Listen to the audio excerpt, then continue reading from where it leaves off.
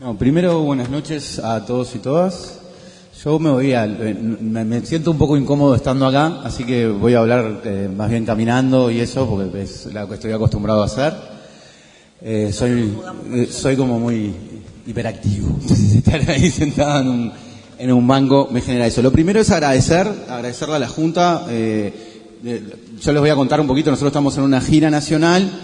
Ya vamos en 6 departamentos, pero hemos hecho algunas actividades en la Junta de Maldonado, también en la Junta de Tacuarembó, pero en realidad es la primera Junta que no solo nos presta el local, sino que apoya la iniciativa de dar a conocer el proyecto de ley. Esto nos parece que es muy, muy interesante, porque también habla de que hay interés en discutir y conocer cuál es el proceso de la ley, y que esto es un interés y una política de derechos humanos más allá de los partidos políticos, que eso creo que es una de las cosas que también tenemos que empezar a centrar en este tipo de discusiones. Para arrancar, primero contarle que es el Consejo Nacional de la Diversidad Sexual. Es un órgano nuevo. En realidad, en diciembre del 2015, el Consejo de Ministros genera un decreto a propuesta del Ministerio de Desarrollo Social que lo que hace es generar un consejo. Hay otros consejos. Por ejemplo, el más conocido, que es el más viejo en el tiempo, es el Consejo Nacional de Género, que lo que busca es transversalizar las políticas de género en todo el Estado. ¿Cuál es la diferencia central? Uno es un decreto y otro es una ley. El de género es ley y puede mandatar a todos los poderes del Estado y todos los niveles de gobierno a participar obligatoriamente en el Consejo, que es lo que pasa con el Consejo Nacional de Género. En el caso del Consejo Nacional de Diversidad, al ser un decreto del Poder Ejecutivo, solo puede mandatar a la Administración Central y puede invitar, y en realidad acceden o no, al ser invitación no tienen obligación, a cualquier otros organismos. ¿Qué pasa al día de la fecha con el Consejo? En realidad tienen delegados casi todos los ministerios, hay uno o dos que todavía no han tenido una asiduidad, pero los ministerios más importantes, por decirlo de una manera, o que trabajan cotidianamente áreas centrales ya están representados. También aceptó la invitación y participa el CODICEN, también aceptó la invitación y participa con un delegado nombrado por el Consejo Directivo Central de la Universidad de la República, que es muy importante, pues está vinculado a la investigación sobre la temática. También participa la sociedad civil, que son 8 los delegados de distintas organizaciones que participan, 4 titulares y 4 suplentes. Estos son todas organizaciones de la diversidad sexual. Participa el PIT-CNT, que también creemos que es una organización de la sociedad civil que debe de participar, sobre todo pensando en el mundo del trabajo y en estos temas. También participa la Cámara de Comercio LGBT, creemos que los empresarios también deben participar y poder trabajar sobre estos temas.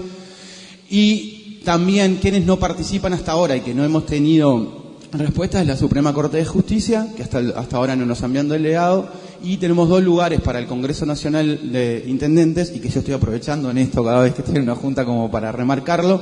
Tuve la suerte de estar ahora en La Valleja, y quien preside la Comisión de Género del Congreso Nacional es la directora de la División Mujer y Familia de La Valleja, que se comprometió para la próxima reunión, por lo menos tratar de recibirnos y tratar de presionar en el propio Consejo, en el propio Congreso, para que rápidamente se ocupen lugares en esta legislatura. ¿Por qué es muy importante eso? Nosotros estamos, además de lo que estamos ahora trabajando y vamos a presentar, empezamos a producir el primer Plan Nacional de Diversidad Sexual y queremos bajarlo al territorio. Entonces, si los gobiernos departamentales, municipales y las organizaciones del interior no están al tanto de cuáles son las propuestas que están, y además no están al tanto de cuáles son las demandas concretas que está haciendo la sociedad civil, es muy difícil bajar desde la centralidad montevideana, bajar políticas concretas que realmente modifiquen la vida cotidiana de las personas. ¿Qué quiero decir con esto? Capaz que hacemos una capacitación sobre, por ejemplo, industria citrícola en Durazno, ¿no? Le ramo, ¿se entiende? Entonces, esas realidades son cosas que uno va aprendiendo y se van generando con el territorio. Arrancamos con la ley.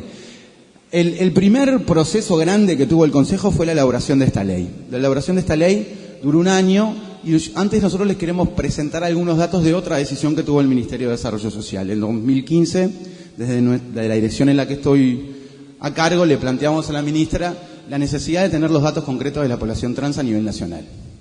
¿Qué era lo que teníamos hasta ese momento? Una cantidad de investigaciones cuantitativas. Desde el punto de vista académico hay dos formas de llegar a la realidad, ¿no? Más allá del relato de las personas, pero que tengan carácter de conocimiento, son las investigaciones cuantitativas o cualitativas. No es que algunas sean mejor que otras, son complementarias en realidad, pero las investigaciones cuantitativas se basan en escenarios con grupos reducidos, ¿no? De personas, o entrevistando a actores calificados o a la sociedad civil. Y eso nos fue dando los relatos de los niveles de exclusión de las personas trans, ¿no? Teníamos, por decir una manera, en el proceso, desde que el MIDES firmó un convenio con la Universidad de la República, específicamente con el Instituto de Ciencias Políticas, se firmó un convenio de investigación que ha generado una cantidad de producción que la pueden encontrar en la página del Ministerio. Hay un montón de artículos que hablan sobre los procesos de discriminación en el Uruguay, en la diversidad sexual, pero empiezan a centralizar en la población trans. Eso empieza en el 2012, eso permitió en el 2013 una cantidad de medidas que empieza a tomar el Ministerio de Desarrollo Social. ¿Cuáles son esas medidas? La tarjeta Uruguay Social, ¿qué? ¿Ahí se escucha mejor? Las medidas son la tarjeta Uruguay Social, que bueno, las personas trans saben que está desde el 2012-2013, ya cualquier persona trans puede pedir esa tarjeta. Otras medidas son los cupos laborales en algunos programas. Uruguay Trabaja, donde que es un programa que da trabajo por 6 meses y que ahí también hay un cupo para personas trans. Esa fue otra de las medidas que se tomaron. Otra medida fue la Ley de Empleo Juvenil, que se aprobó en el 2013. También prevé cuotas para las primeras experiencias laborales, está dirigida obviamente a jóvenes. Y también la Ley de Empleo Juvenil prevé para los empresarios que los empresarios, cuando contratan a una persona joven en su primera experiencia, obviamente tienen una serie de descuentos. Pero si contratan a una persona afro o a una persona trans, tienen otra serie de descuentos, ¿no? Cuando digo qué descuentos tienen, bueno, los descuentos de aporte patronal, ¿no? Que van cambiando los niveles de descuento, que eso hace que tratar de que se contrate personas jóvenes en el mundo del trabajo. Esas son las primeras acciones que va teniendo el Estado, o por decirlo de una manera, las políticas públicas específicas dirigidas a una realidad de exclusión. Pero lo que no teníamos eran los datos concretos de cuántas eran esas personas, en qué situación general estaban. Y ahora les vamos a compartir algunos de esos datos. Nosotros vamos a presentar en el correr del año la investigación final. En realidad hay dos cosas que está bueno que sepan. Hay un interés muy grande sobre esta investigación a nivel internacional. Es el primer país que hace esto. ¿Por qué se presentó la necesidad? En realidad se presentó la necesidad porque el Instituto Nacional de Estadística no tiene la variable. Cuando se hizo el último censo, que fue en el 2011, se agregó una nueva variable, que fue la de ascendencia étnico-racial. Y se empezó a preguntar a las personas cómo creían cuál era su ascendencia. Eso que nos permitió que la gente por ejemplo, las personas afrodescendientes se autoidentificaran.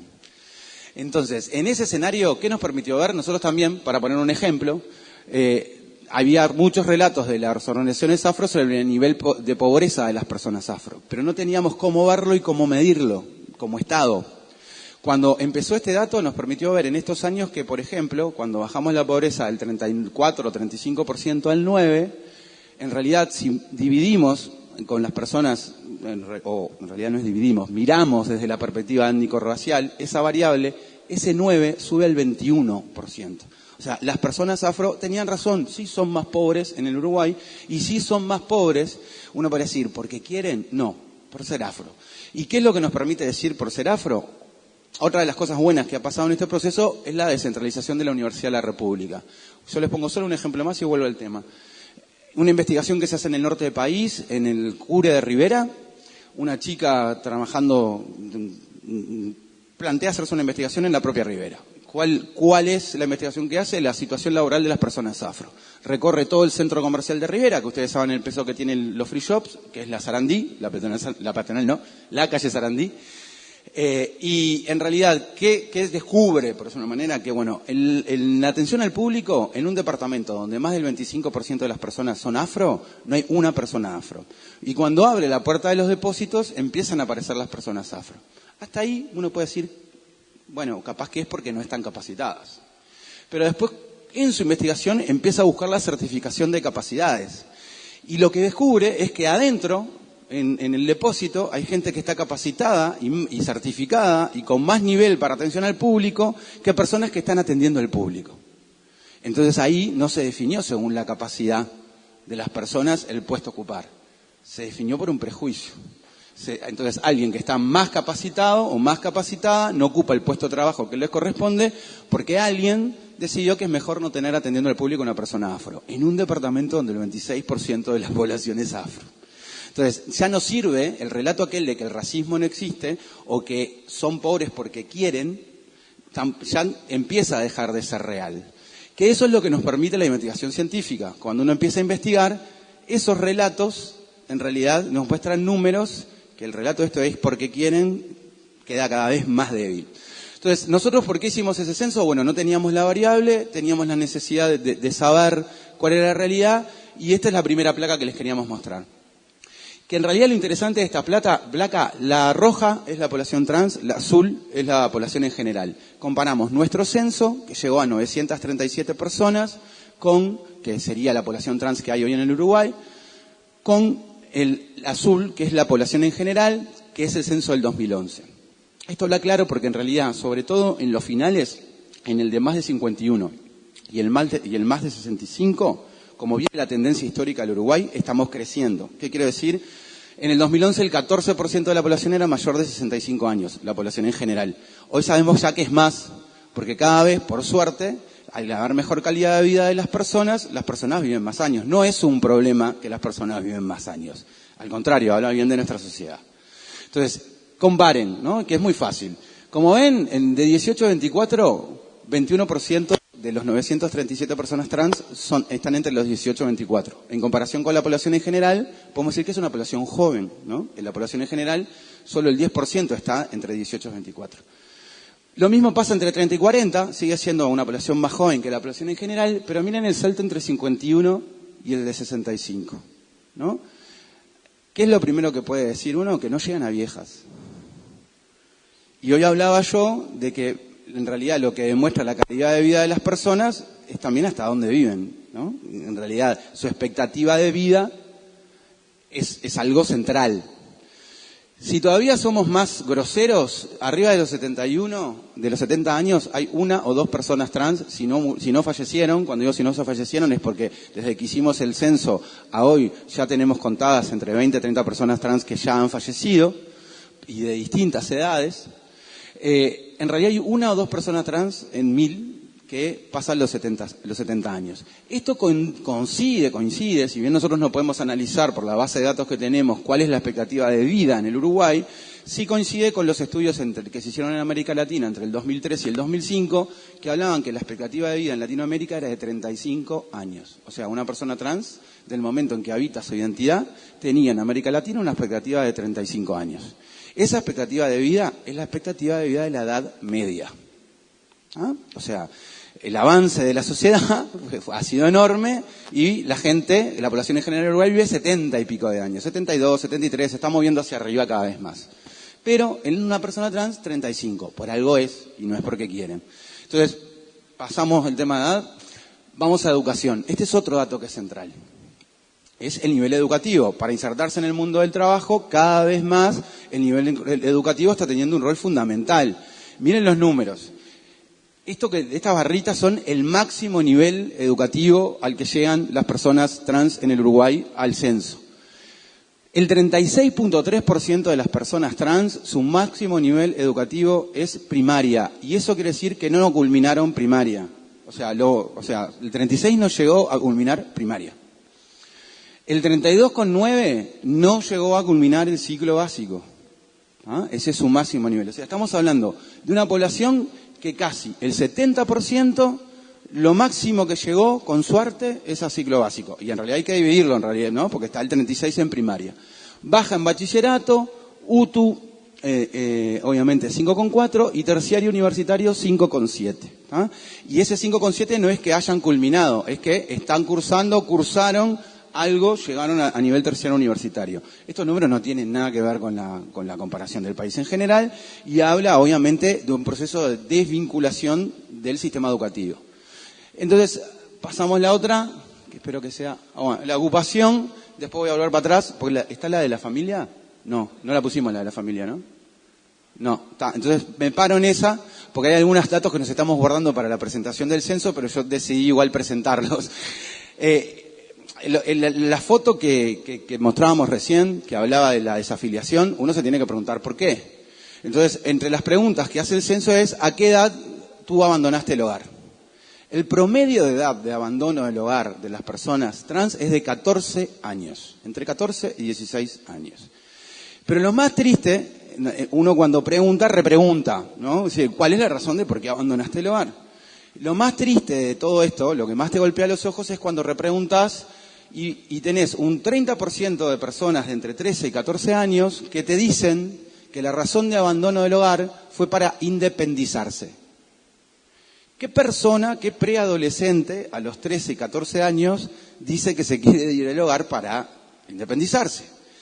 ¿Qué quiere decir esto? En realidad lo que sucede es que el nivel de discriminación en las propias familias es tan grande que las personas trans, en vez de señalar a la familia como un lugar de expulsión, prefieren asumir de que al habitar esa identidad de género, ellos precisan o ellas precisan tener un proyecto de vida ya distante del núcleo familiar y por eso es que quieren independizarse. Pero en realidad desaparece o no se dice explícitamente que en realidad es un motivo de discriminación familiar la que hace que no puedan vivir su identidad de género y se vayan. Y si se van a los 13, 14, obviamente no pueden terminar el ciclo educativo porque se desafilian, ¿no? Capaz que hasta se desafiliaron antes, ¿no? Por problemas concretos que pasan hasta el día de hoy. Yo pongo siempre el caso de que algunas cosas se han modificado y eso es una buena señal, que después lo voy a poner capaz que más en concreto cuando hablemos de la ley, de que ahora por lo menos hay algunos casos de que cuando se dan situaciones de discriminación, las autoridades de la educación, tanto locales como centrales, han tomado medidas que han sancionado hasta directores y directoras de instituto. El caso más concreto es el caso de Maldonado, cuando una directora entra a una clase y le dice, no sé si sos varón, mujer, qué cosa sos en estos tonos, vestite de lo que realmente sos si querés seguir cursando. Esa persona hace la denuncia y bueno, Codicen Central decide, primero UTU y después Codicen Apoya, decide separar del cargo a la directora. Porque ahí lo que estaba haciendo la directora era impedir el derecho de educación a la persona violando las normativas vigentes. Porque el Estado uruguayo reconoce, desde el 2009, la ley de identidad de género, reconoce el derecho a la identidad de género. Entonces, hablábamos de que 13, 14 años salgo de mi casa, bueno, ¿qué es el contacto? ¿Dónde voy a vivir? Lo más probable es que busque un referente par, como se dice ahora, ¿no? Alguien muy parecido a mí. Entonces, las encontraré o no, o que me reciba algún otro familiar, en algún caso, con mucha suerte. Pero si no está lo del otro familiar, voy a caer a alguna referente par que me recibe en su casa. Y que me podrá bancar 1, 2, 3 meses, pero después voy a tener que salir a trabajar. Y no tengo educación. Y tengo 14, 15 años. Y la referente mía de lo que trabaja, porque le pasó lo mismo, es en el comercio sexual. Entonces tenemos una cantidad de mujeres trans que con 14, 15 años ya se iniciaron en el comercio sexual. Y ahí voy a ocupación. En el Uruguay, en este año, ha bajado y subido el tema de la desocupación, pero está entre el 6 y el 7, ¿no? Hay un mes que es un 6, otro es un mes que es un 7. Ese es el nivel de desocupación hoy en el Uruguay. 30% de las personas trans, ¿no? En vez del 6 y el 7, es el 30%. Y el 65% que está ocupado o ocupada, el 90% trabaja en el comercio sexual. ¿Y qué es lo que nos da que eso es verdad? Que solo del 65, el 23,5 tiene FONASA. ¿Se entiende? Para tener FONASA tenés que tener un trabajo que estés en caja. Y muchas de estas, porque también decía, bueno, pero hay un montón que tienen un trabajo formal, ¿no? No. Muchas de esas tienen FONASA porque en el 2008 se votó una ley que permitió generar a través del monotributo que los trabajadores y las trabajadoras sexuales puedan hacer un mínimo aporte y les genere FONASA. O sea, de vuelta, sigue reafirmando que el 90% de las personas trans, sobre todo las mujeres, es el comercio sexual, la salida laboral. ¿Pasamos la otra? Ingreso promedio. Otra cosa que preguntamos, ¿cuánto ganan? ¿Qué es lo que gana una persona trans en el Uruguay? Ingreso promedio del hogar, que normalmente el hogar de una persona trans es la persona trans, en la mayoría de los casos, o que viven entre amigas, pero normalmente, o todavía siendo la tendencia en Uruguay, teniendo todo lo que les dije, ¿no? Expulsión del hogar, ¿no? 7.418 pesos es lo que una persona trans promedio ingresa todos los meses a su casa. Mayores de 51 años. 3.764 pesos. Ese es el ingreso de las personas, de las mujeres trans mayores de 51 años. ¿Qué nos vuelve a demostrar? Que el comercio sexual es el único ingreso. Porque el promedio, ¿por qué baja tanto al 50%? Porque, a ver, no es lo mismo en el comercio sexual donde la persona es un objeto, ¿no? Y ese objeto depende de físicamente cómo está. No es lo mismo para el comprador o compradora que alguien tenga 15, 16, 17 que 51. Los precios van variando, van bajando, cuanto más edad se tiene, y hay más competencia, que esto también es algo muy importante para el proceso de inclusión de las personas trans. Desde muy chicas, sobre todo las mujeres, se acostumbran no a competir, a sobrevivir, que es distinto a competir. Y generar que la competencia es tan brutal, porque está el plato de comida arriba de la mesa, que generar asociatividad o trabajar en conjunto o trabajar en colectivo se hace muy difícil, porque yo estoy todo el día peleando para sobrevivir, porque ahí en ese lugar me dejó la sociedad. Seguimos. Ahí con el tema salud es otro de los temas centrales que les queríamos mostrar, porque además hay uno de los primeros cambios fuertes e interesantes para ver, que además se van a reflejar en la ley. Todo lo amarillo es lo que atiende ACE, ¿tá? En realidad, o sea que, ¿cómo sumamos? MSP y Clínica 65.5, 7,7 de San Bois, 5,3 en el Maciel, 8,5 en los centros de enfermedades infectocontagiosas. Yo solo dos cosas para que sepan la historia del vínculo con la salud de las personas trans. Hubo dos discursos históricos que en realidad significan y demarcan el rol de la sociedad de las personas trans. El discurso de lo prostibulario y el discurso de lo médico, ¿no? En realidad las personas trans todas están en el comercio sexual, qué horrible, al estar en el comercio sexual en realidad se drogan, tienen malas prácticas. Nunca nos preguntamos por qué pasa todo eso, ¿no? Yo me imagínate con 14, 15 años tener que ir a changar, lo voy a decir así, tener que ir a changar no queriendo. Y sí, lo más probable es que a la cuarta, quinta vez, que son las 3 de la mañana, llueve y estoy ahí parado y todavía me tengo que ir con alguien que no quiero irme, porque yo tengo 15 y esa persona tiene 60, pero tengo que comer y me voy. Y sí, lo más probable es que después algo consuma. Para bancar eso, algo voy a consumir. Ya sea alcohol, algún tipo de droga, algo voy a consumir. Y esa es una espiral que comienza para sostener una práctica. Entonces, el otro discurso de lo médico era la patologización de la identidad de género, ¿no? Es una enfermedad, ¿no? Y esto está bueno discutirlo. ¿Por qué está bueno discutirlo? A ver, yo no soy una persona de 70.000 años, tengo 40 años. Mi generación se crió en manuales en donde la homosexualidad, no la transexualidad, era una enfermedad. El sistema educativo, mi manual de biología, decía que era una enfermedad. Cuando yo tenía 15, 16 años. Cuando yo estaba en mi proceso de autoidentificación como varón gay, me decían que yo era un enfermo. Cuando yo iba al manual de biología y me decía, vos estás enfermo. Imagínense que recién en el 91 la Organización Mundial de la Salud saca el tema de la homosexualidad como enfermedad. Ya en el 78 lo había sacado la Asociación de Psiquiatría Norteamericana. Del 78 al 91 se da la discusión en todo el planeta, ¿no? Entonces sale de todos los manuales la homosexualidad. Imagínense lo que tardó para que llegue a los libros del liceo, ¿no? Hoy estamos discutiendo sobre si la educación sexual se tiene que hacer o no. O sea, eso es parte de la cabeza de cómo hemos sido criados. Y no está mal, cuando digo que no está mal es, el conocimiento científico decía hasta el 91 que era una enfermedad. La ciencia se superó y demostró que no era una enfermedad.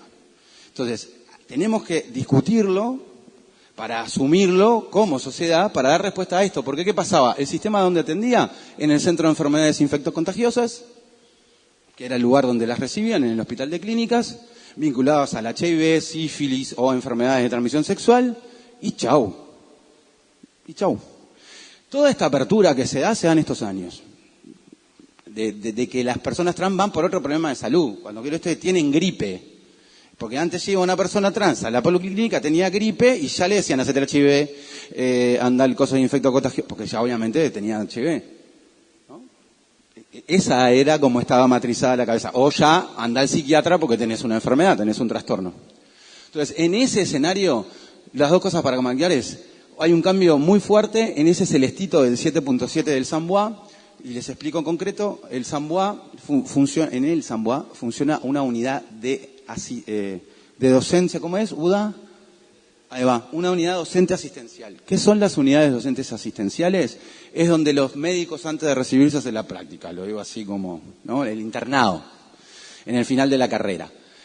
Quien estaba a cargo de esta unidad asistencial, que es el doctor Márquez, que su especialidad es la médico comunitario de familia, decide, lo primero que decide es, vamos a probar cómo funciona una policlínica en horario nocturno, ¿no? Pero en general lo decide para comprobar cómo el primer nivel de atención, que normalmente se concentra en la mañana o en la tarde, cómo funcionaría. Además de aparecerle un montón de gente que por horario no podía llegar, le empiezan a aparecer las personas trans, que de día no aparecían en el San Bois. Pero le empiezan a aparecer por cuestiones simples, de gripe, y ahí empiezan otra serie de demandas. ¿Cuál es el cambio? Esto empezó en el 2014. Ya es más alto que el 7,7. En el momento del censo era el 7,7, que fue el año pasado. Hoy son 200 personas. O sea, hoy son el 20 y pico % de la población trans se atiende en el San Bois. ¿Por qué se atiende en el San Bois? Porque no las maltratan, porque no las tratan mal, porque se logró que el proceso de hormonización por resolución del Ministerio de Salud Pública, quien era en el 2014, la ministra de Salud Pública en ese momento, que era Susana Muñiz, saca una resolución que libera la hormonización. Cuando digo libera, antes no se les daban hormonas. Algún endocrinólogo le pasaba la hormona, pero no, el sistema de salud no permitía el proceso de hormonización, que es muy importante para una persona trans.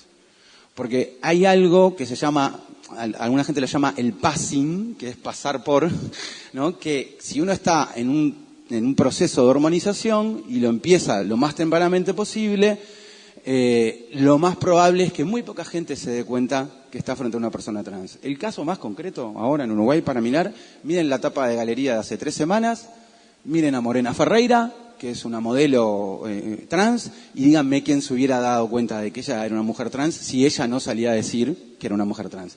¿Qué pasó? Bueno, tuvo este proceso de hormonización que le permitió transformar su cuerpo y adaptarlo a lo que ella siente y vive. Entonces, esa es una de las cosas como más importantes que pasó, y después el otro tiene que ver con la operación de reasignación de sexo, que esto también es muy importante. No todas las personas trans quieren operarse, se sienten muy bien con su cuerpo. Incluso no todas quieren hormonizarse.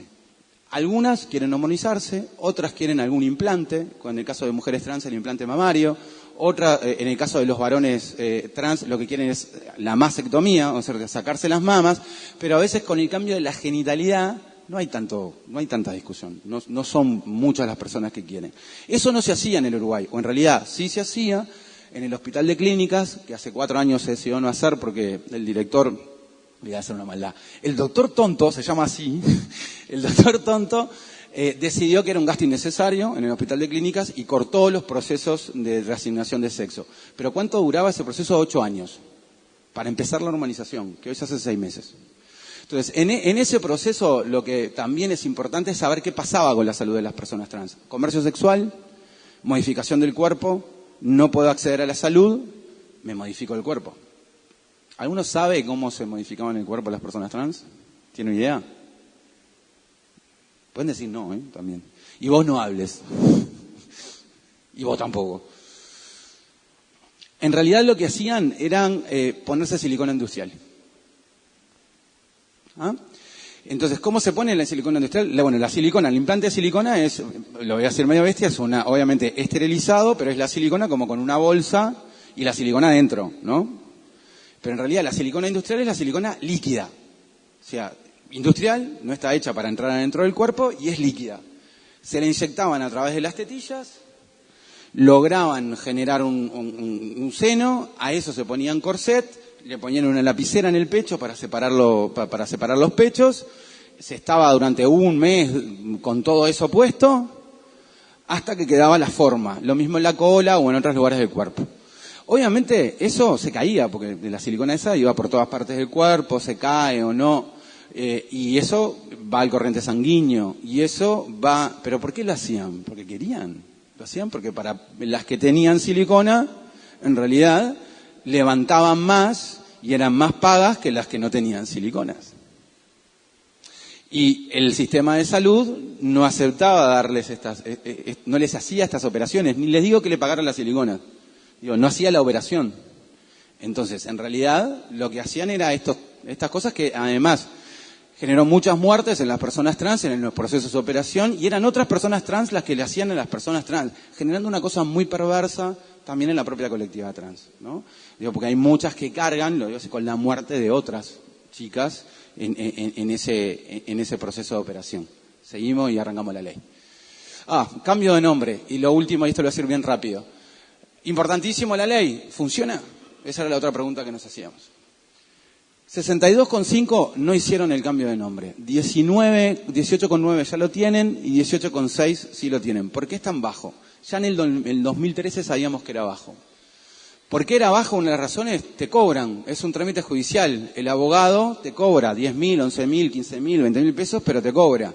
Si mi ingreso promedio es de 7.000 pesos por mes, ¿cómo voy a poder pagar un abogado de 20.000 pesos para acceder a un derecho que la ley dice que es mi derecho?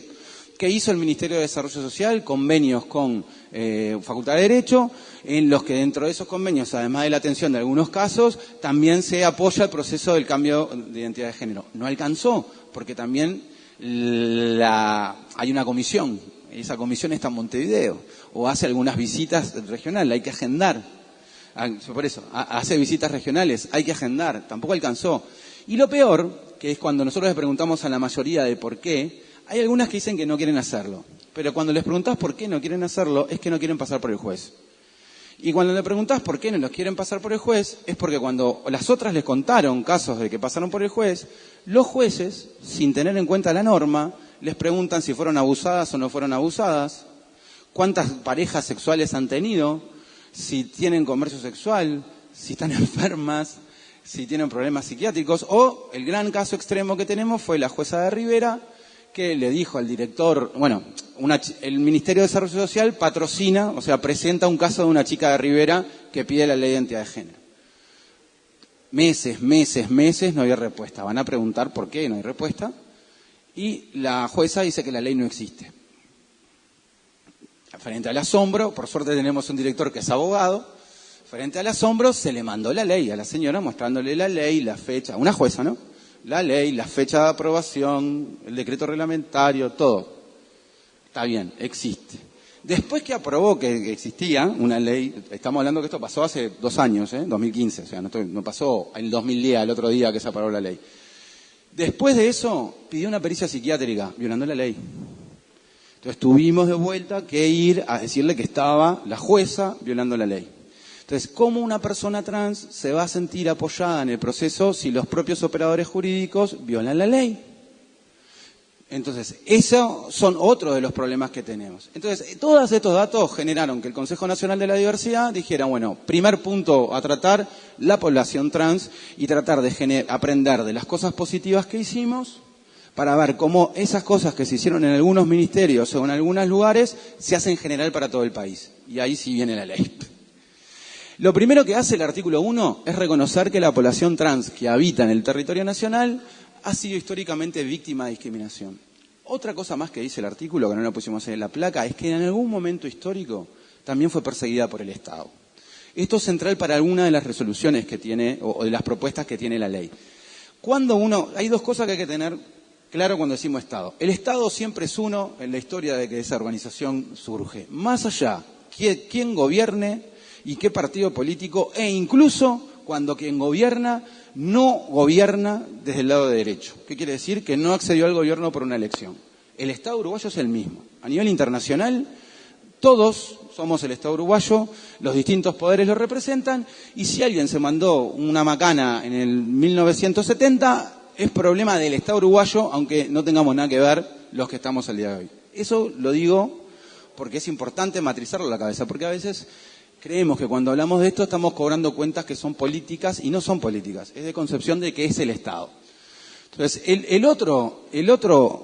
la forma de saber si el Estado hizo algo son dos formas. O existen leyes o normativas o decretos o resoluciones que dicen perseguir a alguien, o en instituciones que son muy jerárquicas existen órdenes. ¿Qué tipo de órdenes verbales, quiero decirlo, no? ¿Qué tipo de instituciones tienen esa característica jerárquica? La policía, el ejército, son dos de las que tienen esa tradición más jerárquica. En el año 75, el jefe de policía de Montevideo, Balestrino, sale a declarar que bueno, la policía de Montevideo va a eliminar de las calles de Montevideo la homosexualidad y el marxismo, las dos cosas. Entonces, en ese escenario, ¿qué es lo que sucede? Yo le ponía hoy como ejemplo. A ver, yo hoy dije que yo era gay, pero ustedes no saben. Cuando digo no saben es, si me ven, pueden suponer que soy gay. ¿Y cómo lo suponen? A través de la interpretación de la expresión de género, que no es lo mismo que la identidad de género y que el género. ¿Qué es la expresión de género? Cómo me muevo, cómo me visto, cómo hablo. Entonces, aquello de, es medio amanerado, entonces puede ser que sea gay, entonces yo empiezo toda una operación a pensar y a decir que es gay. Y en realidad, bueno, tenemos una cantidad de gurises heterosexuales que podríamos decir que son amanerados y que una cantidad de gente le dice que es gay y en realidad no son gays, ¿no? Hay casos hasta emblemáticos. En Italia, un gurisito que se suicidó con 15 y 16 años, que era el gurí, se llama el caso del pantalón rosa. Era un gurí que iba todo el día con un pantalón rosa y en todo el colegio italiano le dieron con que era gay y no era gay.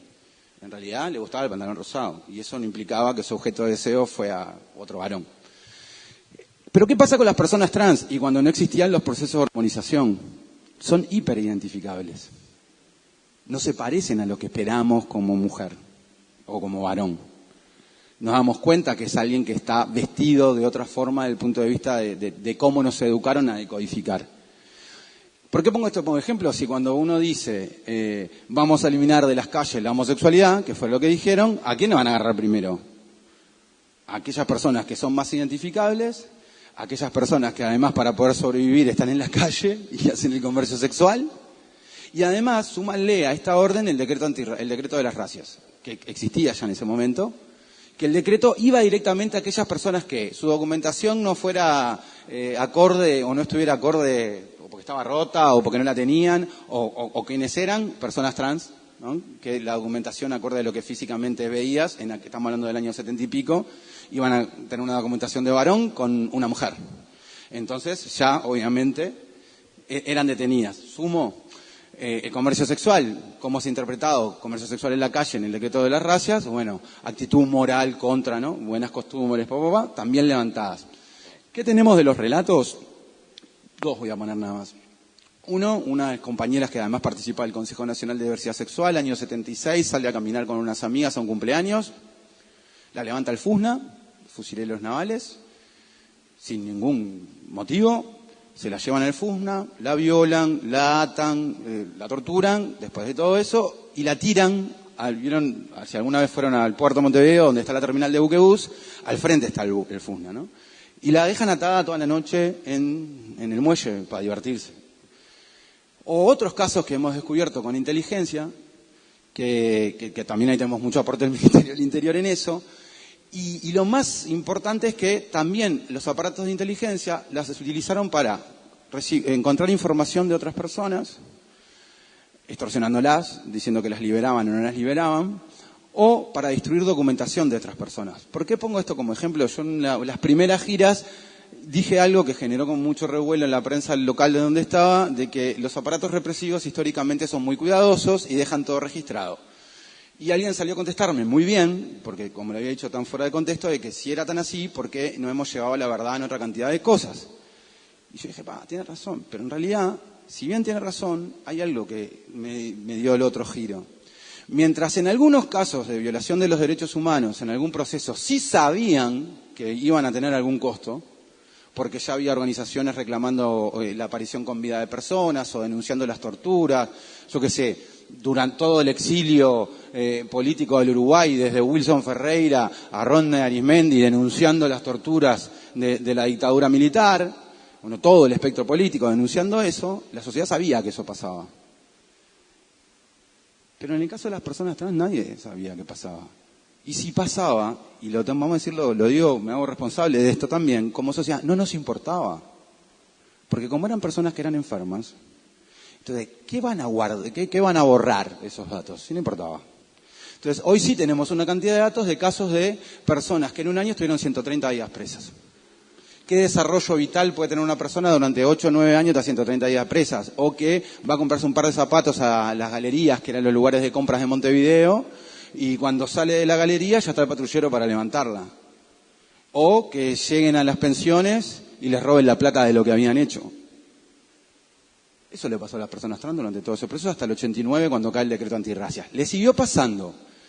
Pero le sigue pasando no por disposición del Estado, porque en el 89 se murieron. Cuando digo se murieron se muere el decreto y los discursos del Estado, ningún discurso dice vamos a seguir persiguiendo a esta gente. No hay discursos que digan eso. Pero la práctica en la institución sigue, ¿no? Si vos no trabajás en contra de algo que se hizo, que porque hay una cantidad de mujeres trans que van a contar que cosas como estas les pasaron mucho después, en los 90 e incluso en los 2000. O algún caso actual puede llegar a pasar. Pero ¿cuál es la diferencia? La diferencia es que el Estado tiene que asumir y sancionar a la persona que hace eso. El artículo 2 lo que hace es asegurar el derecho de las personas trans a una vida digna, libre de discriminación y estigmatización. La tradición garantista del Estado uruguayo, ¿no? ¿Qué quiero decir? En la Constitución dice que todos somos libres, iguales y toda una cantidad de cosas. En realidad todos tenemos derecho a la vivienda, a la educación y una cantidad de cosas. Pero lo que sucede es que a veces, por más que esté la Constitución, quienes ejecutamos la política pública en toda la historia del país, y así a toda la historia del país, a veces no logramos que alguna cantidad de gente acceda a esos derechos. Entonces, a veces es necesario garantizarlos de vuelta. O sea, en algunos casos específicos, es decir, para estas poblaciones el Estado se compromete que los va a garantizar, porque está ausente. Seguimos. Ahí las primeras modificaciones. El artículo 5, que ahí empezamos en lo central, lo que hace es modificar la ley de identidad de género. ¿Tá? Entonces, ¿qué proponemos como propuesta? La propuesta surge de la sociedad civil, es la sociedad civil la que la demanda. Tomamos como modelo 2 proyectos de ley que son los más avanzados. El más avanzado de todos es el argentino, el otro es el español, que además es un debate. Bueno, yo vengo del movimiento social y participé en muchos debates. A mí me tocó encabezar en el movimiento social la discusión de matrimonio igualitario. Y también tengo contacto obviamente, que con una organización, a ver, la Federación Española ahora falleció, pero Pedro Cerolo, que fue quien encabezó el debate en España por la votación del matrimonio igualitario, vino para acá. Desde Argentina, María Rashid. Bueno, hemos trabajado en conjunto de distintos países, sobre todo las experiencias que teníamos. Entonces, hay un acuerdo a nivel general que la mejor ley de matrimonio igualitario es la uruguaya. ¿Por qué? Porque fue la última de todo ese proceso. Y la mejor ley de identidad de género es la argentina, porque fue la última de todo el proceso. Entonces aprendió de los errores de nuestra ley, que fue la primera, y nosotros aprendimos de los errores de la ley de ellos, que fueron la primera, ¿no? Gran diferencia, por ejemplo, los del caso de matrimonio igualitario, en realidad la gente se casa por excepción, por decirlo de una manera, ¿no? Se agregó que además las parejas del mismo sexo se pueden casar, ¿no? Entonces se accede al derecho por excepción. En cambio, nuestra ley es un estudio hermenéutico de toda la institución del matrimonio y de todas las conexas, en las que se cambió palabra por palabra para que cuando se lee la ley todo el mundo esté incluido. Entonces, eso generó que una cantidad de derechos en el mismo momento se llevaran adelante. Y mejoras como el tema del divorcio, que más rápido, o, que es una de las cosas que a mí me pone muy contento, yo conozco hoy más en mi entorno amigas que sus hijos llevan sus apellidos que parezca que se casaron. Pero en realidad eso también está muy bueno. También va, ¿no?, en otro modelo de sociedad donde las mujeres en realidad ocupan el lugar de ser las madres y que sus hijos tengan su apellido, cuando normalmente era como más expropiado por los varones el trabajo reproductivo de las mujeres. Entonces, lo que proponemos es eso, y hubo una solicitud expresa de la sociedad civil que a nosotros nos asombró, porque nosotros ya sabíamos cuál era la demanda, y fuimos con un artículo que eliminamos la comisión, esta comisión que recibía a las personas trans hecha por el registro. ¿Qué es lo que pasaba con esa comisión? Las personas trans pidieron que se quedara esa comisión. ¿Por qué pidieron que se quedara? Porque era el lugar donde las recibían, y además, sobre todo, trabajaban sobre ciertas temáticas. ¿Qué pasa en algunos departamentos distintos, Montevideo, el interior? Hay mucha desinformación. Entonces, llegaban chicos gays que se identificaban como mujeres trans. ¿Ah? O sea que, en realidad, como le gustaba a otro chico, entendían que tenían que ser una persona trans. Entonces, cuando llegan a la comisión obviamente les hace algunas preguntas, pero no para impedir, sino para saber qué es lo que quieren. Ahí hay sí psicólogos, pero no psicólogos desde el punto de vista patologizante, sino para acompañar el proceso. Y claro, lo que pasaba, bueno, a mí me gustan los varones. ¿Pero vos te sentís mujer? No, yo no me siento mujer, pero a mí me gustan los varones. Bueno, entonces sos gay. No, yo soy trans. No soy trans. Entonces, ese proceso hace también y ayuda a que muchísima gente, en algo que no discutimos mucho, y de vuelta el tema de la educación sexual, ¿no?, como realmente esto podría ser mucho más fácil, genera un lugar de contención para la gente y acompañamiento. ¿Y por qué? Asegurarnos que cualquier funcionario del registro civil, como nos pasa con el Poder Judicial, no diga, ah, no, esta ley no existe, entonces tu trámite no va. No. Al estar la comisión, eso vas a pedir un certificado y el trámite va o va. El otro artículo que sigue es el 7, que fue el artículo famoso, que es el del régimen reparatorio, nosotros le decimos prestación reparatoria. ¿Por qué famoso? Porque en realidad, y les cuento cómo pasó. A mí me llama un miércoles, búsqueda, y me plantea que se había filtrado que el gobierno iba a presentar una ley y que íbamos a pagar 35.000 pesos a todas las personas trans y que no sé, una cantidad de cosas, ¿no? Entonces, primero me enojé, porque la verdad, nosotros veníamos trabajando muy seriamente el proyecto de ley, y dije, yo no voy a dar ninguna primicia a nadie, eso es falso. Entonces el periodista me dice, bueno, yo tengo esta información, yo la voy a publicar. Entonces estuve toda la tarde pensando qué hacer, porque en realidad nosotros queríamos hacer esto, salir a discutir con la población en general, presentar la ley para no generar lo que se generó. Terminó la tapa de un diario diciendo de que sí, centrando la prestación reparatoria, informando bien, porque tengo que decir que ahí sí búsqueda después informó bien, diciendo cuál era la prestación y la plata, pero otros empezaron a invitar que iban 30.000 pesos, que bueno, anduvo el formulario falso por la vuelta, diciendo que le íbamos a preguntar nombre de guerra a las mujeres trans, si habían sido abusadas y otra cantidad de cosas más, pero en realidad, primero, no son 30.000 pesos, no son para todas las personas trans, son solo para aquellas personas trans mayores de 41 años que puedan comprobar que el Estado le hizo todo lo que yo relaté. ¿Cómo se comprueba? Frente a una comisión, que está el BPS, el Ministerio del Interior, el Consejo Nacional de Diversidad Sexual y el Ministerio de Desarrollo Social. ¿Qué hay que llevar para comprobar? O las actas policiales de haber sido detenido o detenida. Nosotros estamos tratando de avanzar con el Ministerio del Interior y ya tenemos algunos datos que sabemos, porque lo bueno de tener, por ejemplo, la tarjeta Uruguay Social es que tenemos la cédula de identidad de un montón de personas trans. Entonces le podemos pedir el informe al Ministerio del Interior sobre cuál fue la situación en ese momento. Entonces, en eso hemos ido avanzando y ya sabemos cuántas, más o menos, porque hay otra cosa que dicen, bueno, le van a pagar a millones. Con suerte, viento a favor y ejecutividad así, ¿no? Eficacia plena, a mucho 200 personas son las que van a recibir esta prestación, ¿no? Digo, porque muchas están muriendo, como lo decía hoy, en este mismo proceso, y en realidad otras capaz que no van a poder comprobar. ¿Por qué no van a poder comprobar? Porque muchas vivieron su identidad después, en los 2000, a los 40, a los 50 años, empezaron a vivir su identidad de género, porque antes no y esto no es una crítica, no pudieron vivirla, no es que no se hayan animado, no pudieron o no sintieron las condiciones de vivirla. Sigo con el régimen, es eso, es el régimen reparatorio, cualquier cosa, si hay preguntas los dejo, pero quiero avanzar rápido. El artículo 9 y 10 lo que hace es establecer cuotas del 1% para todos los llamados del Estado y en todos los organismos del Estado. Alguien puede decir, que porque está en discusión, pero por suerte vamos a tener buenos datos para el año que viene, alguien puede decir, pero las cuotas no funcionan. Está la cuota de discapacidad que no se cumple y está la cuota afro que no se cumple. Bueno, yo les voy a decir dos cosas. A mí me toca presidir la comisión implementadora de la ley de acciones afirmativas para la población afro, sí, los nombres son como la población afrodescendiente, la ley de cuotas afro. Tres cosas que nos pasaron. Primero, hay que aprender, y esto es todo el sistema político porque esta ley se votó por unanimidad, de que cuando se votan estas leyes hay que dotarle de recursos humanos. Punto uno. ¿Para qué? Para el control. ¿Qué nos pasó en el proceso de implementación de la ley? Dos grandes errores. Todo el sistema político la vota en el 2013. En el 2014 no se puede hacer llamados, porque la Constitución no lo permite. Entonces yo me acuerdo que lo contaba, 2015, ahora que no mira Martín, no voy a dar los nombres, 4 diputados de distintos partidos, vos sabés cualquier cosa fue, se genera un homenaje a Nelson Mandela en el Parlamento, 2015, y los 4 salen a decir que qué horrible que el Ejecutivo no cumple la ley. Entonces yo sentadito, hacía 3 meses que estaba subiendo, le digo, ¿me están hablando en serio? Son 4 legisladores de los partidos, de todos los partidos. Y me están diciendo que el Estado no cumple la ley. El Estado no podía cumplir la ley porque si la cumplía en el 2014 violaba la Constitución.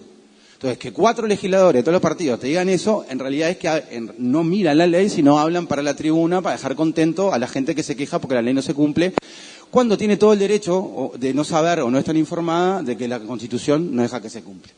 Y el segundo caso es que no tenemos sanciones. Nosotros tenemos que poder, como comisión implementadora, sancionar al Estado.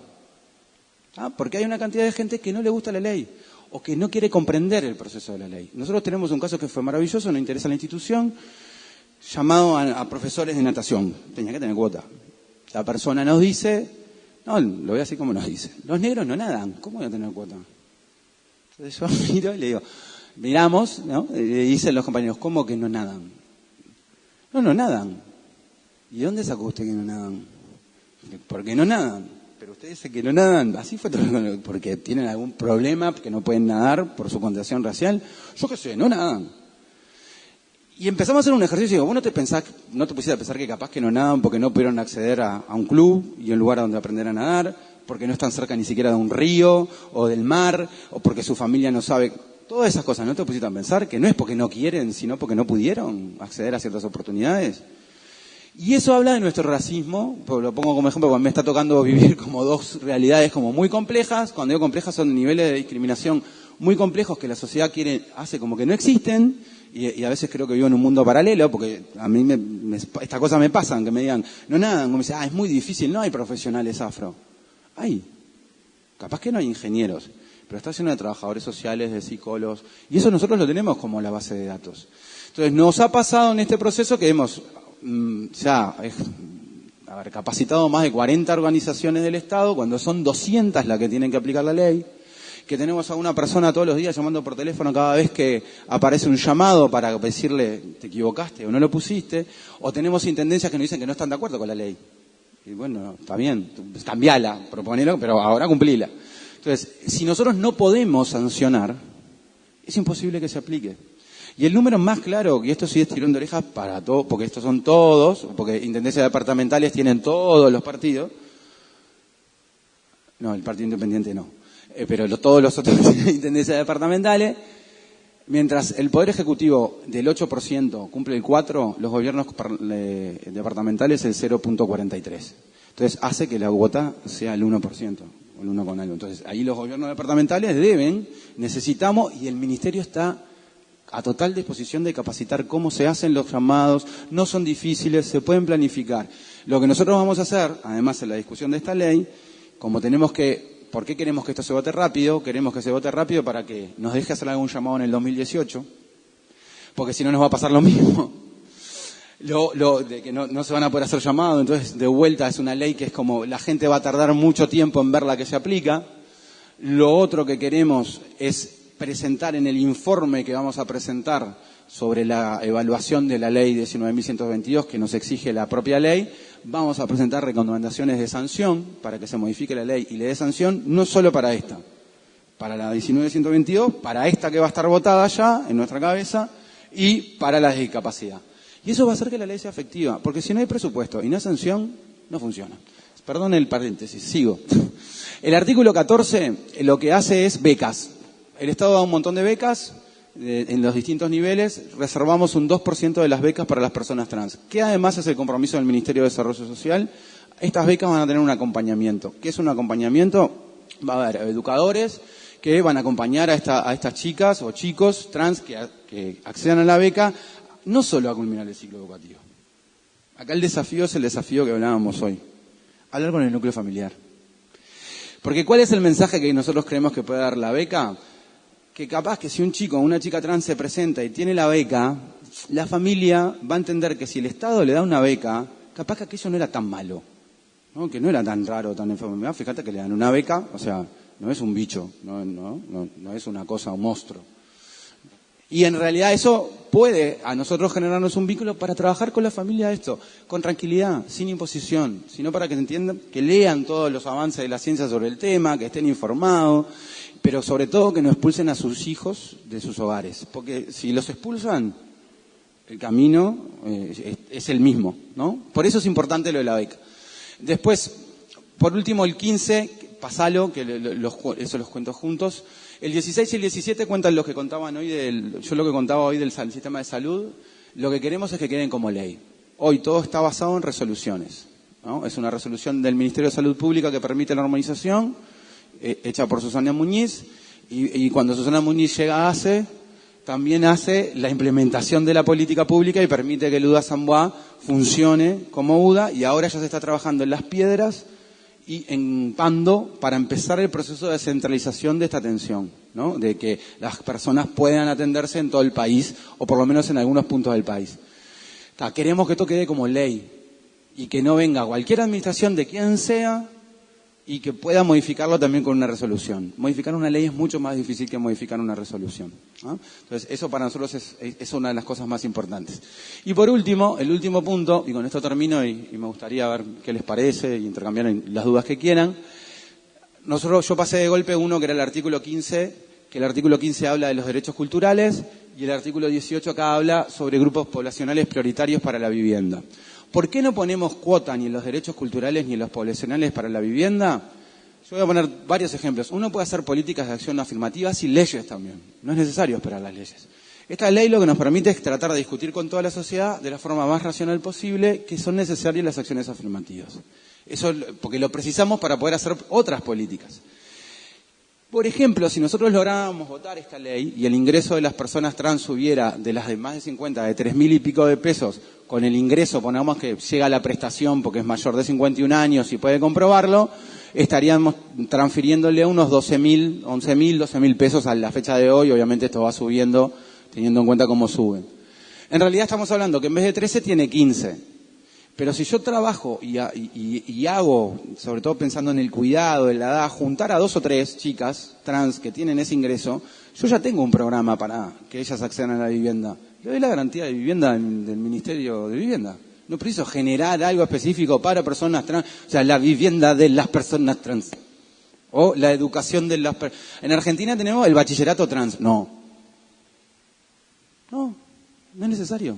Nosotros tenemos, por ejemplo, programas que ya estamos funcionando, que son programas que a veces no están muy bien publicitados, ¿no? Que son las terminaciones de ciclo en poco tiempo, que ya tenemos ahora 15 chicas trans de las que tienen que terminar el ciclo básico en Montevideo en uno de esos programas con otras 15 personas más, que trabajando la inclusión, que se conozcan, que trabajen en conjunto, que desde un lado conozcan y desmitifiquen el monstruo de las chicas trans y del otro lado conozcan otros problemas. Nos pasó en Uruguay Trabaja, que bueno, en esta publicación que se va a presentar el 26, que es la investigación de todos estos procesos en el Ministerio, sobre todo de todas estas políticas, hay algo que también ves la empatía, ¿no? Esta misma chica que decía, no, era otra chica, una chica que fue un programa en Paysandú, donde se hizo en Paysandú, decía que nunca había salido a la calle y que la primera vez que salió a la calle de día, había salido de noche, ¿no? Pero de día fue con Uruguay Trabaja. Y otra contaba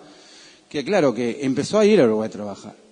Y al final, su historia de vida, y estoy hablando de una persona que con todas estas características, empezó a sentirse, y dice, al final yo soy Blancanieves al lado, dice. Porque tengo una pobre que el marido le pega, le coso, no sé cuánto, no sé qué. Otra que el marido es borracho, no sé cuánto. Y también genera empatía con otras situaciones. Y saca también a las personas trans del lugar de la víctima permanente. Que esa es la centralidad del asunto para el cambio. Si nosotros logramos bajar con esta ley las barreras o los horizontes, en realidad las barreras que les ponemos a las personas trans, que hacen que sus horizontes sean muy chiquitos. A ver, José Pedro Barrán, que fue un profesor mío en la Facultad de Humanidades, cuando se estaba muriendo, ya sabíamos que él se iba a morir, le dan el premio de investigación nacional, ¿no? En el 2006-2007, por ahí, antes que falleciera. Y hay una frase que dice que es muy brutal, que él habla de la historia y del cambio, ¿no? Entonces agarra y dice, ¿por qué no puede ser lo que nunca fue? Dice el tipo, ¿no? ¿Por qué no puede ser lo imposible? ¿Por qué no pueden amarse 2 hombres y 2 mujeres sin que nadie las estigmatice? ¿Por qué no puede, llegar a decir, existir la sociedad sin clase? ¿Por qué? Ese es el fin de la historia, el cambio permanente. Porque cada vez que uno piensa algo que capaz que parece un sueño y una imposibilidad, lo más probable que generes algo que te acerque a eso.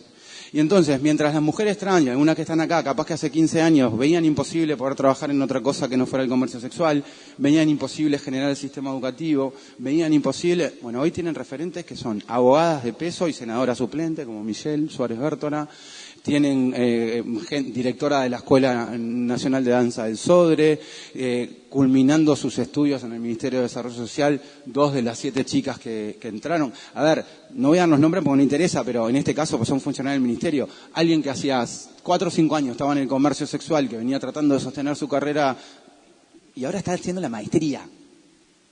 Y le va a pasar el trapito en muy poco tiempo a una cantidad de gente que hace tiempo hizo la maestría. Y eso es porque se les permite soñar y porque les permitimos que el horizonte sea distinto, y eso es lo que generan estas leyes. Termino acá y escucho. ¿Preguntas o lo que quieran?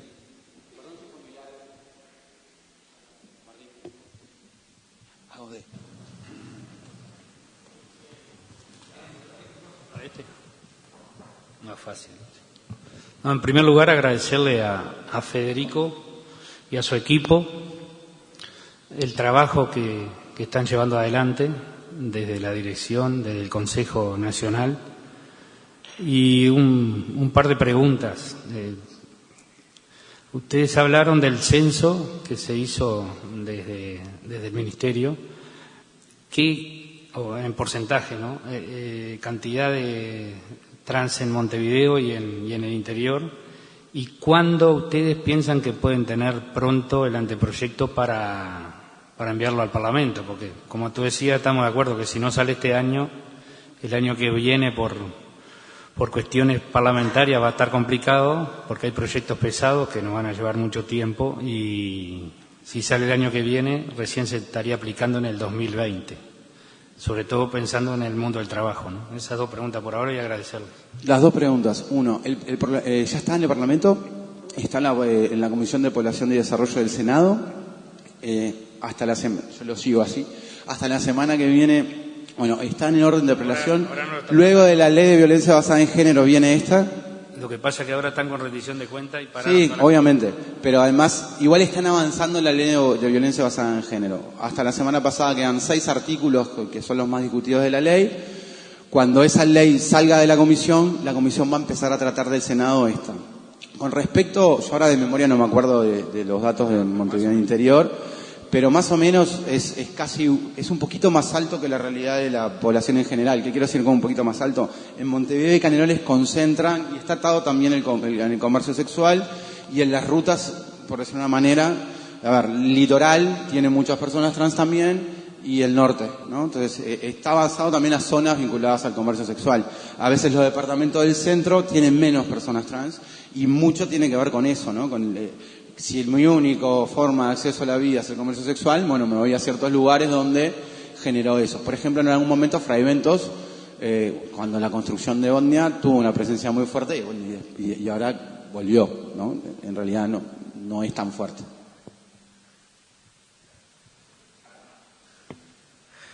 Yo, por el tema de las becas estudiantiles, me postulé una beca por internet, y en la beca se hablaba de los lugares para personas trans y afrodescendientes. Digo, hay una beca por internet que te la terminan otorgando. Digo, ¿hay algún tipo de control en ese caso de que no cualquier persona, porque esté ese lugar para las personas trans, pongas que es trans cuando en realidad no lo es? Mira, en realidad hasta ahora nosotros estamos haciendo 2 cosas. Una es la declaración jurada.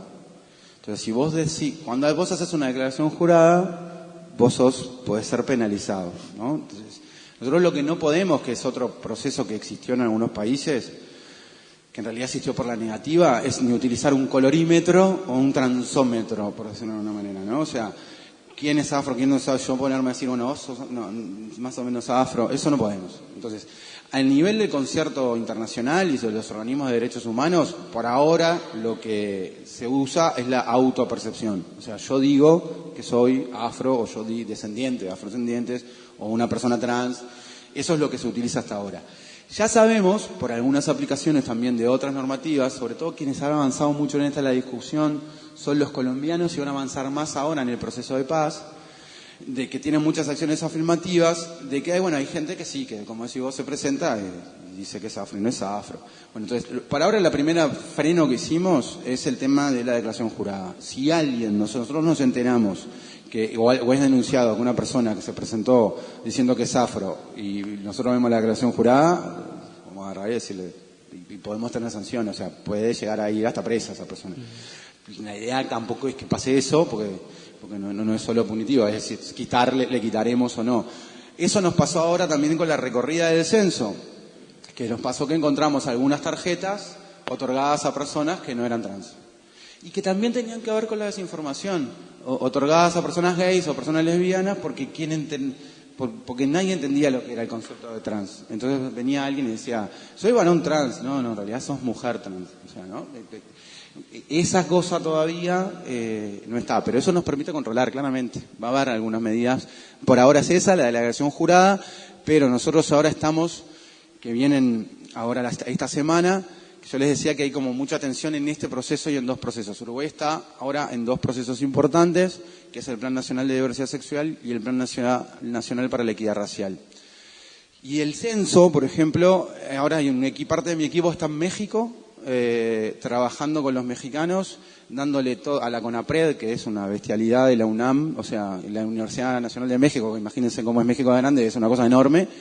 Estamos capacitando a la universidad en estos temas, ellos nos están capacitando en otra. Vamos a firmar un convenio con el gobierno argentino, que también está interesado. Y el miércoles yo me reúno con la residente del Fondo de Población de Naciones Unidas. Tiene representante en cada país. Y hay una que es la jefa de toda Latinoamérica. Esa tipa viene a reunirse con nosotros porque está interesada con el censo, sobre todo para replicar esa medida en toda Latinoamérica. Y el Ministerio asesoraría, por ejemplo, ya hay 3 o 4 países interesados en América Central, por lo menos de parte de Naciones Unidas.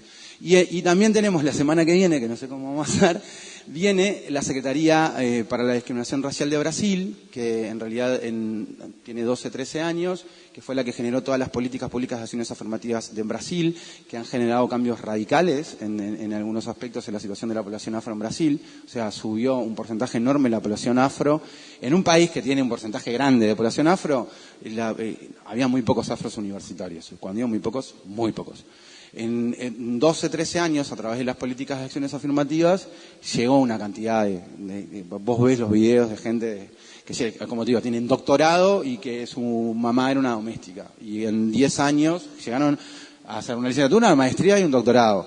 ¿Y por qué? Porque el Estado aportó o generó algunas becas para esa población específica, generando sus ingresos por un lado y su condición étnico-racial. Entonces ahora estamos en eso también, que nos va a permitir también buscar esos lugares de sanción, porque eso es en esos lugares donde se avanzó un poco más, vos tenés ya algunos errores que por decir una manera que si haces lo mismo vas a caer. En eso es lo que estamos hablando, unos convenios con eso, y en breve creo que habrá más noticias, porque por eso vamos a salir lo más probable la publicación. Vos preguntabas con el censo total ya está. Estamos limando la publicación porque hay mucho interés de mandarlo para afuera y tiene que estar como... A ver, no solo vamos a publicar los datos, vamos a publicar una cosa que es la experiencia del censo. Nos pidió Naciones Unidas que explicáramos cómo lo hicimos. O sea, entonces, eso también nos atrasó presentar el censo.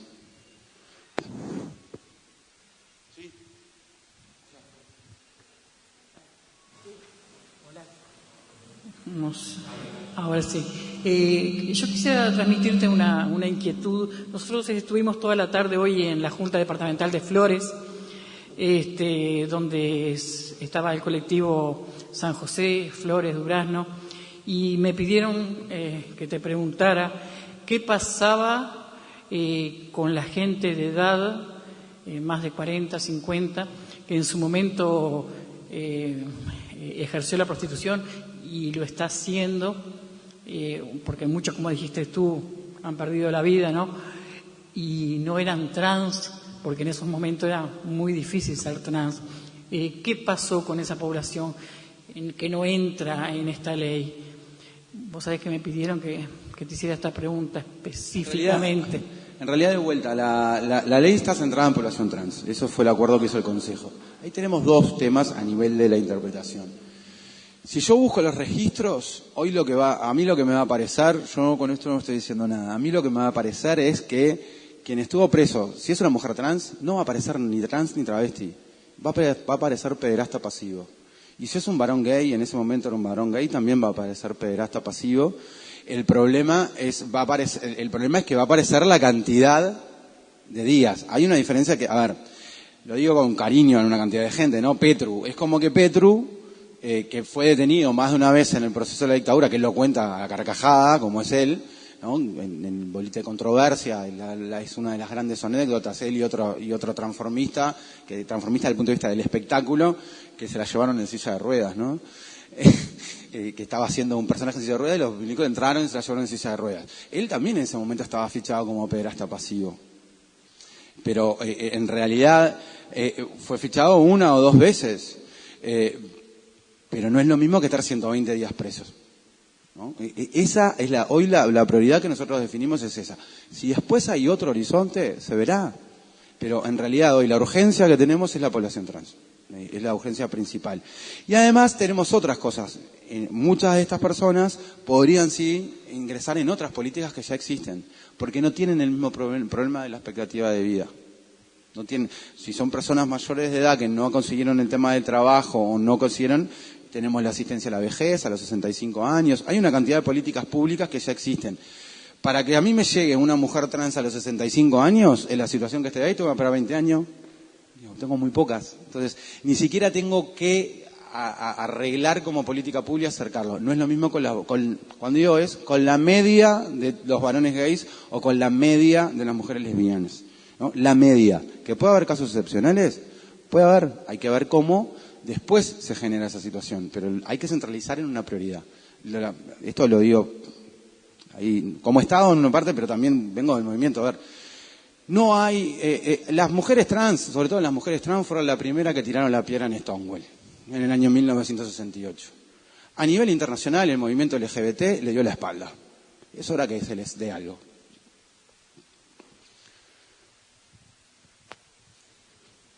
No sé si suena o no. Muchas gracias por venir, muchas gracias a Magdalena, a mis estudiantes también por venir. Hay una cuestión que capaz que a veces se peca por no querer decir nada, que es que hay términos que en realidad suponemos que manejamos y no manejamos nada. Y que en realidad hay cosas que se construyen lingüísticamente y nos encanta escuchar decir trans, escuchar decir inclusión, integración, diversidad, y nos falta un montón de contenido para poder realmente asumir lo que estamos escuchando, lo que estamos diciendo, y en consecuencia cómo empezar a estructurar ese mundo que tengo que modificar, cambiar, entender, aceptar o no. Entonces, mi pregunta es esta. ¿A dónde vamos, efectivamente, a leer, a instruirnos y qué bibliografía me da Mides, qué bibliografía necesita la Biblioteca Departamental de Durazno tener, que no tiene, y necesitan mis instituciones educativas, ya que nos cuesta tanto permitir la educación sexual de tal manera, para que cualquier estudiante integrante de la educación pública de la población pueda leer tranquilamente si no tiene a nadie que le diga que trans es tal cosa? Dos cosas. Una. Sí, 3, te voy a decir. La primera, nosotros vamos a tratar de sacar en breve, los queríamos llevar para la gira, un folleto informativo bien cortito. Cuando habla trans es esto, trans es esto, ¿no? Para un primer nivel, sobre todo cuando discutimos de ciertas cosas. Y que explique, que sea como la presentación igual.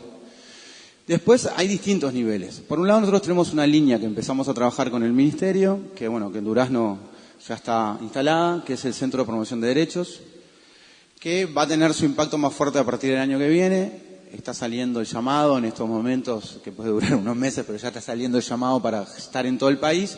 Pero sobre todo la herramienta más fuerte que va a tener es una página web que ya está diseñada, que es un convenio con Data, que es una organización de la sociedad civil que trabaja los sistemas de información y la transparencia en el gobierno, que además tiene juegos no, se llaman herramientas informáticas. Para mí es un juego, una aplicación, pero ellos dicen que es una herramienta, que es como una especie de preguntados vinculados a las temáticas de los derechos y con esta agenda, o sea, diversidad sexual, discapacidad, étnico-racial, género, salud adolescente, eso ya está armado. Además estamos en este proceso, ya culminó la licitación y ahora estamos en el proceso de la ejecución de la filmación de unos 37 videos que son pastillas son 6 o 7 pastillas con los conceptos centrales en todas estas temáticas, diversidad, género, discapacidad, o sea, cómo actuar en el aula, en casos, en conceptos. Y a su vez hicimos una base, yo diría una caja de herramientas que tiene toda la bibliografía actualizada sobre el tema a nivel de Latinoamérica desde el punto de vista pedagógico. También trabaja la interseccionalidad de los temas. Cuando quiero decir esto es podemos tener casos de una persona gay que es afro y con discapacidad. Y les digo que casi sacó el 5 de oro para que le vaya mal, ¿no? Si tiene discapacidad, ni que hablar si es trans, afro, con discapacidad y algún otro, lo más probable que también el 5 de oro de la exclusión. Y eso sí juega todo junto, ¿no? Entonces, eso está. Después, si quieren acceder rápidamente, lo que podemos hablar, lo hablamos con Magda. Les traemos todas las últimas publicaciones que tenemos, les mandamos los PDF. Nosotros estamos ahora armando toda una página, estamos cambiando la página web del Ministerio. Como nuestra dirección está generando como muchas cosas, le pedimos a nuestro espacio de comunicación del Ministerio que generara un espacio solo de la promoción sociocultural. ¿Por qué? Pues estamos publicando muchas cosas y sobre todo queremos contar todas las cosas que estamos haciendo en territorio en lo socioeducativo, que son muchas. Y que hay una cantidad de trabajadores que se rompen el lomo para cambiarle la vida a una cantidad de gurises y que eso no, por los trabajadores lo digo, y que eso no es noticia nunca y no es noticia que lo sacaste a pasar por todo el país y que terminaron la UTU y que si ese educador hubiera estado en la vuelta no hubieran terminado la UTU. Y también todas estas publicaciones vinculadas a los temas de diversidad, afro. Todo eso te podemos mandar, lo que está publicado, les podemos mandar todo lo que está publicado hasta ahora por el Ministerio, que ahí ya hay una cantidad de base, y después también la caja de herramientas, que si bien no está todavía publicada, por lo menos está donde buscar esas acciones. A partir de marzo, el año que viene, CPD, entre comillas, explota. Nosotros vamos a hacer todos los meses temáticos, la presentación de cada uno de los bloques de videos que estamos terminando de filmar. O sea, marzo vamos a trabajar sobre educación y género, julio sobre educación y afrodescendencia. En realidad, presentar todo eso que está hecho y darle visibilidad a cada uno de los temas. Vamos a hacer primero un gran lanzamiento y a tratar de ver cómo trabajar sobre todo con las y los adolescentes, que creo que una de las primeras cosas, nosotros tuvimos un encuentro ahora, de la primera vez que juntamos 200 gurises que están trabajando en esto en distintos puntos del país, el 18 de agosto fue. Y a mí lo que me gustó es que yo quiero escuchar. Si yo hago una política pública dirigida a adolescentes que demandan, porque cuando vos vas al centro educativo y le preguntás qué querés trabajar, te dicen, sí, quiero trabajar sobre género, o no, en realidad a nosotros nos importa más diversidad sexual, a otros les importa más discapacidad, a otros les importa más, convivencia, que son otros de los temas que trabajamos, otros más salud. Pero que te vas dando cuenta que los gurises se apropian y que le abre puertas para sacarse una cantidad de dudas sanas, me parece bárbaro. Entonces, creo que también cómo queremos utilizar este espacio como un espacio donde los gurises también planteen cosas para modificar la política pública. Porque sobre los adolescentes, sobre todo, caen todas las políticas públicas sin preguntarle qué es lo que quieren, ¿no? Y no digo como capricho, ¿no? Le voy a dar un chupetín porque me pide un chupetín. No. Hay cosas que realmente quieren que son importantes. No son caprichos. Sí, ¿cuándo? ¿La fecha que viene? Sí, y también va a venir Yamale H a un proceso de dos cosas. Una es también. Sí, cuarto año, quinto año. También eso es un trabajo que tenemos en conjunto con el Festival de Cine. Y además también hay algunos espacios que podemos armar por suerte en este departamento hay gente de mi dirección también, que podemos armar entre Magdalena y aquel para armar actividades en concretas y que propongan, viendo que hay una cantidad de gente del liceo por ahí, si se le ocurre algo, abiertos a apoyar en lo que quieran.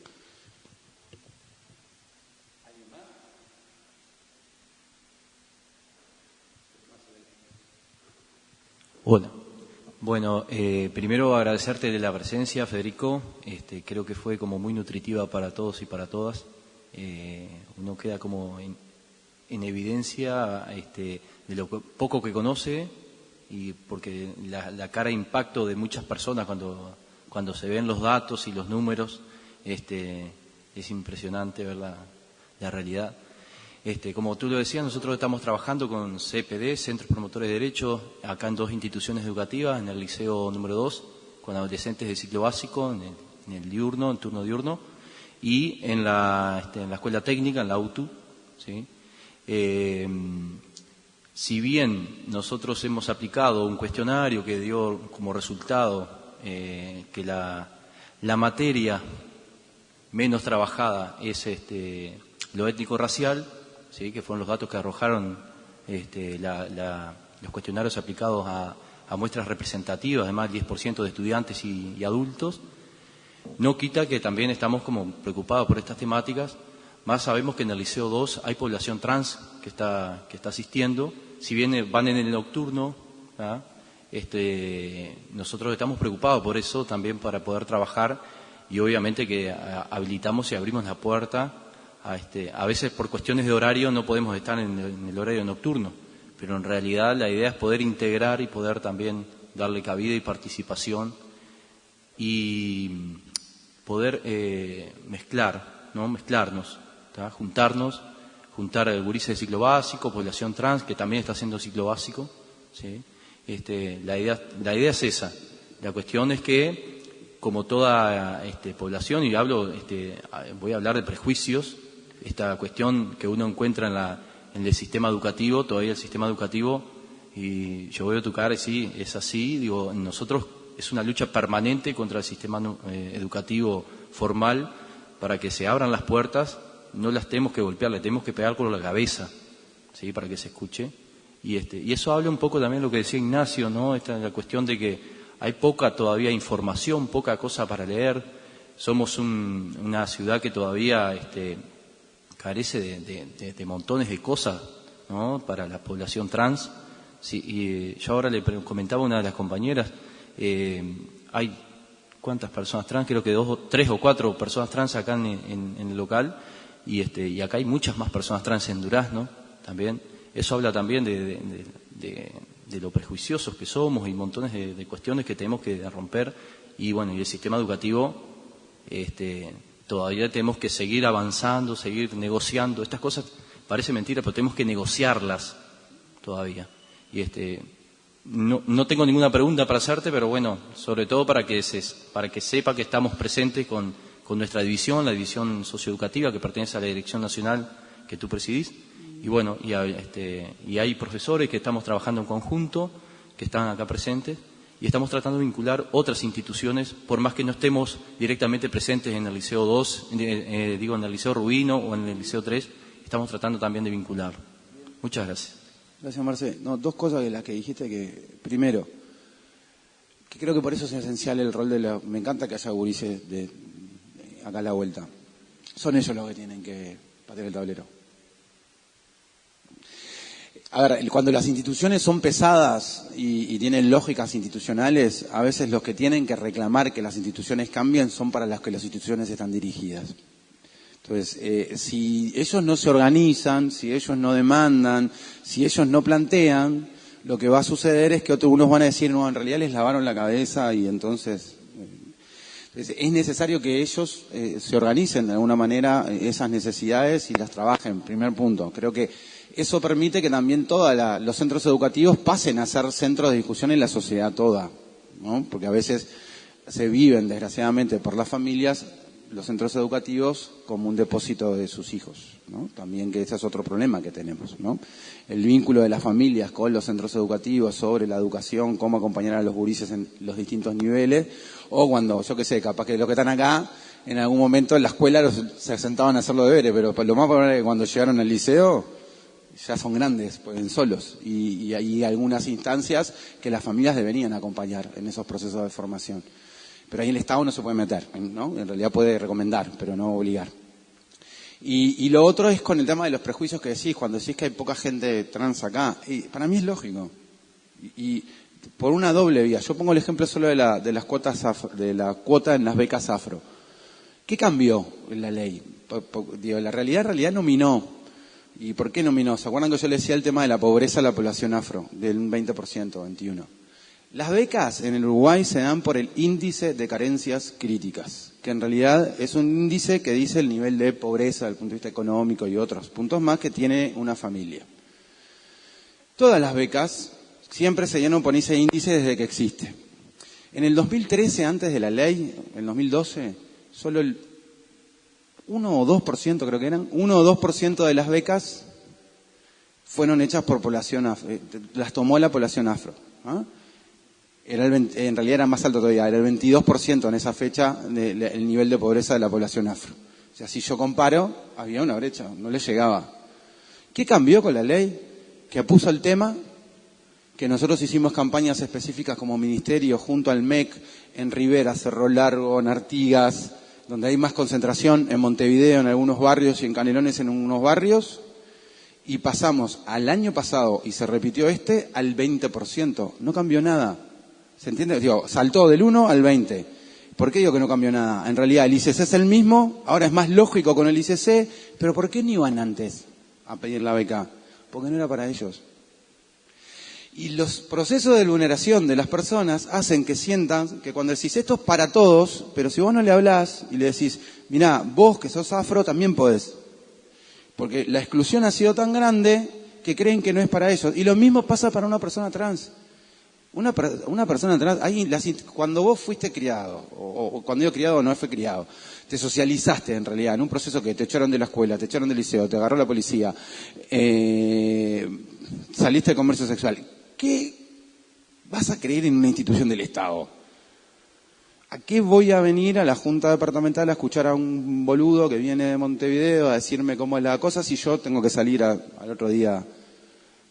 Al mismo momento, algunas ya deben estar changando, lo digo así brutalmente, pero es así. Entonces, eso también lo tenemos que asumir como proceso, ¿no? Que cuando hablamos de ciertas cosas hay que nombrar, pero no es nombrar para dividir, es nombrar para que la gente sepa que acá también hay lugar. Y a mí me pareció bárbaro que se hiciera en la Junta también, ¿no? Digo, como lo dije en el inicio. Para que también las que vinieron cuenten que acá hay lugar. Y no por hoy. Y que vengan a la Junta y le reclamen a los ediles y cuando esté la ley aprobada, la Intendencia no cumple la cuota. Y vengan y le reclamen a los ediles que la Intendencia no cumple la cuota. Y así sucesivamente. Digo, ese es el proceso, no solo de modificar la vida personal de cada una de esas personas, sino modificar la sociedad. Nos perdemos de muchísimo como sociedad al no incluir a las personas trans en nuestra vida cotidiana. De muchísimo. De muchísimo.